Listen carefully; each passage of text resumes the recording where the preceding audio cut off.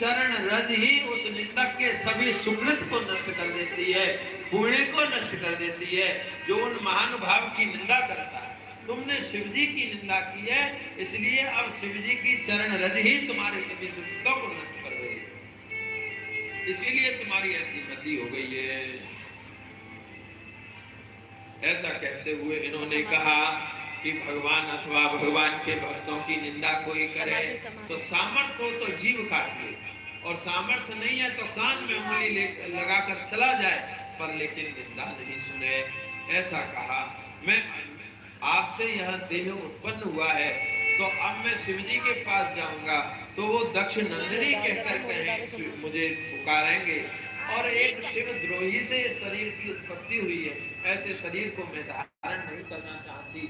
ऐसा कह के श्री सती मैया उत्तर की तरफ में जिस कुशा है, कुशा का आसन है, ऐसे कुशा आसन पर पूर्व की तरफ मुख करके बैठ गई है, पीला कपड़ा ओढ़ लिया है, अपने प्राणों की वायु को उन्होंने खींचना शुरू किया है, अनुसंधान भगवान का करने लग गई हैं, अपने प्राणों को नाभि में ले गई, नाभि से हृदय देश में ले गई, हृदय से कंठ में लाई हैं, और कंठ से वह अपनी मूर्धा में लाई हैं, अपनी भ्रुकुटी में लाई हैं, और उन्होंने दत्त चित्त होकर भगवान का स्मरण किया है और श्री शिव जी का स्मरण किया है।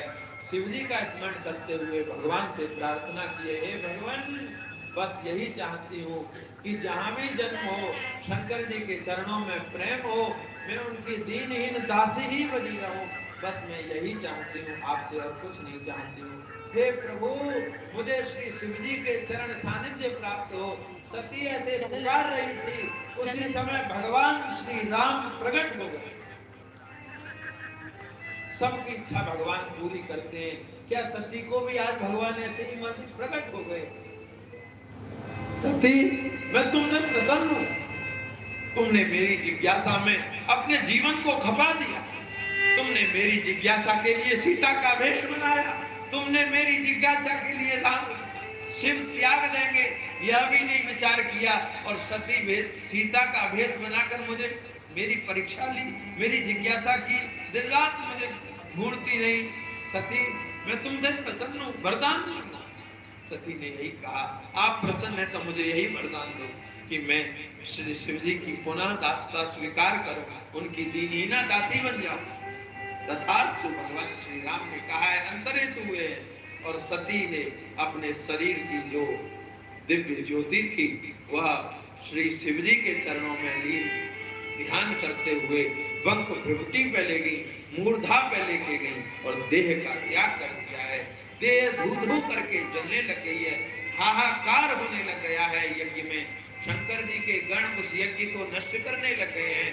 भृगु जी यज्ञ के आचार्य हैं, रक्षोहणम आदि वेद मंत्रों का उच्चारण करके उन्होंने रक्षोघ्न देवता प्रकट कर लिए और वो शिव जी के गणों को मारने लगे।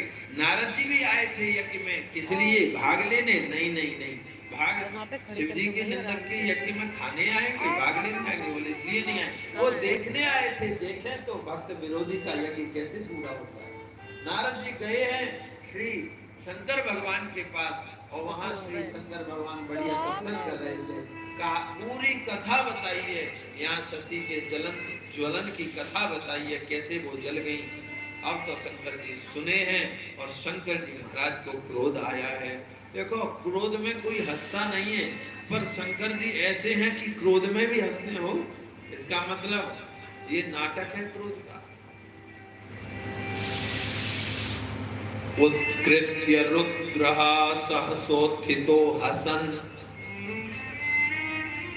क्यों हंसे? बड़ा मूर्ख है दक्ष, बड़ा मूर्ख है दक्ष, विरोध करता है, हंस रहे, जानता ही नहीं। मूर्खों पे तो विद्वान लोग हंसते ही हैं। हंसते हुए उन्होंने अपनी एक झटके में जटा को उखाड़ लिया।